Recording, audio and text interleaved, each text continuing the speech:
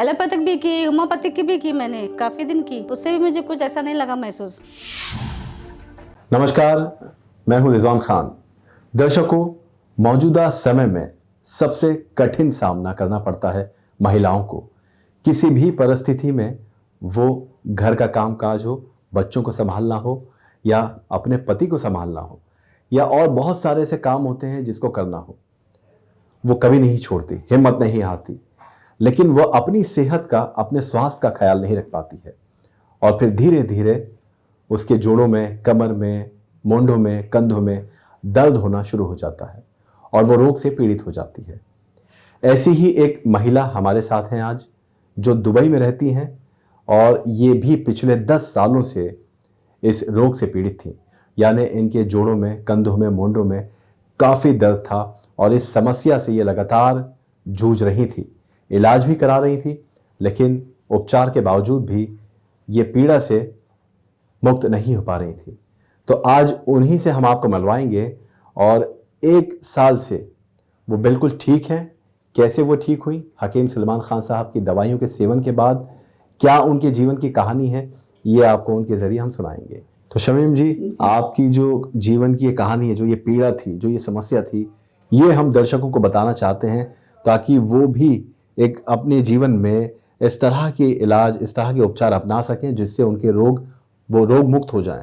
तो सबसे पहले हम आपसे यही जानना चाहते हैं कि दुबई में आप रहती हैं, कितने सालों से यहाँ पर हैं और भारत में कहाँ से रहती हैं? ये परेशानी आपको, ये समस्या कितने सालों से थी?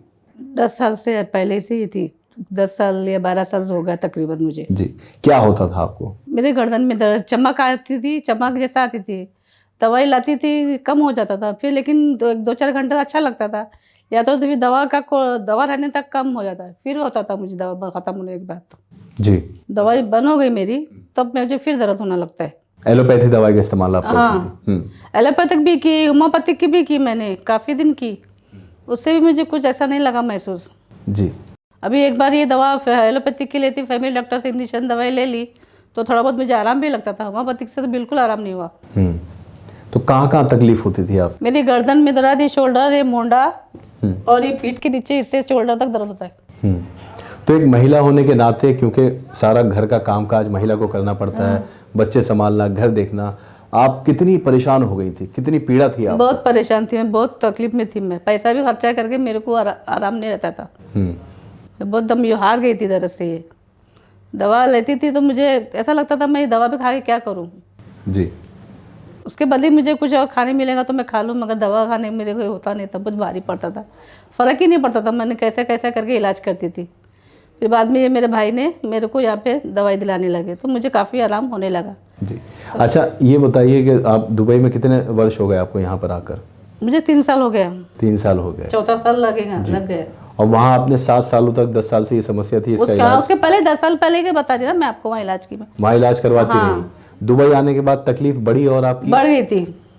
बढ़ करने के बाद मैं यहाँ की दवा शुरू की ना, फिर यहाँ मेरा इंश्योरेंस भी निकाले, यहाँ की दवा भी मैं लेने लगी। यहाँ की दवा तो मुझे ज़्यादा तकलीफ होने लगी और अच्छा, बहुत। यहाँ की दवा तो मुझे सूट हुई ही नहीं अभी तक।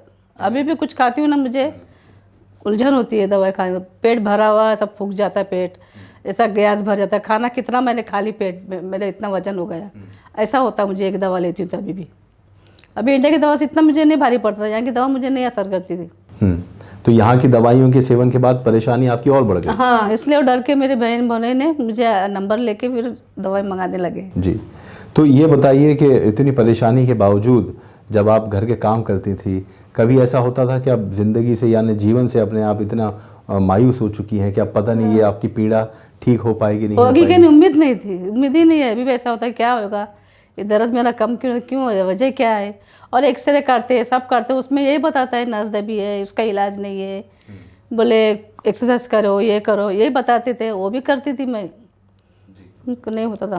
तो आपको ये लगा कि अब ये लाइलाज बीमारी है? हाँ, ऐसा ही बोलते थे हर जगह। डॉक्टर लोग भी बाद में बोलने लगे ये इसका इलाज नहीं है, बोले ये दवाई खाते रहना पड़ेगा, एक्सरसाइज करते रहना, आप सेका लेने का। फिर वो सेरा जिम में, या इंडिया में हमारे सेरा जिम खुला है सेंटर, वहाँ भी मैं जाके सेका लेके आती थी हिट का।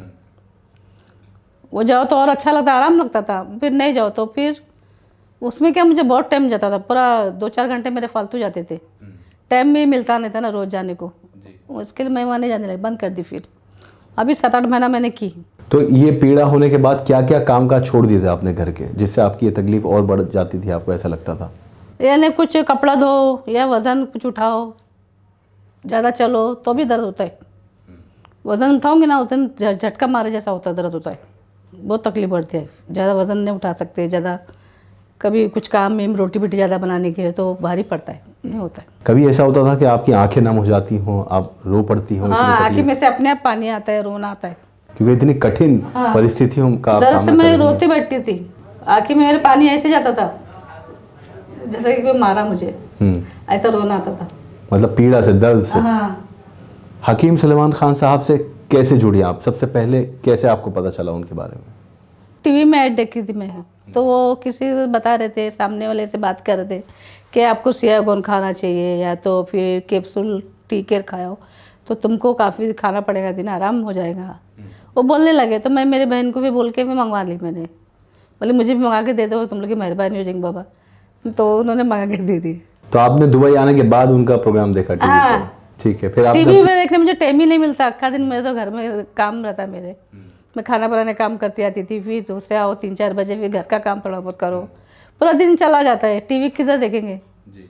ऐसा तो मैं कपड़ा भी सिलाई भी काम करती थी, कभी वो नहीं रहेगा तो मुझे इसके लिए मैं वो सिलाई काम कभी कभी करती थी घर में साइड में, लेकिन मेरा काम दूसरा कुकिंग का चालू था, मैं वो करने जाती थी।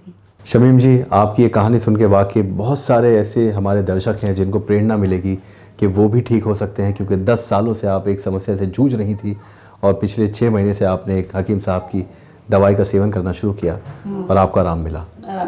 जी, बहुत बहुत शुक्रिया, बहुत बहुत शुक्रिया, नमस्कार।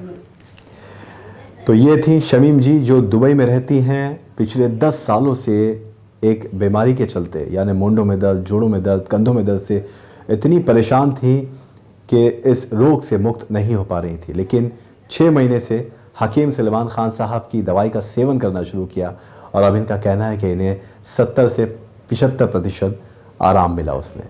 तो ऐसे ही हज़ारों पेशेंट्स हैं हकीम साहब के जो दुबई में नहीं दुनिया भर में मौजूद हैं, जो उनकी दवाइयों का, उनके घरेलू नुस्खों का सेवन करके उनका उपचार कर रहे हैं और रोग मुक्त हो रहे हैं।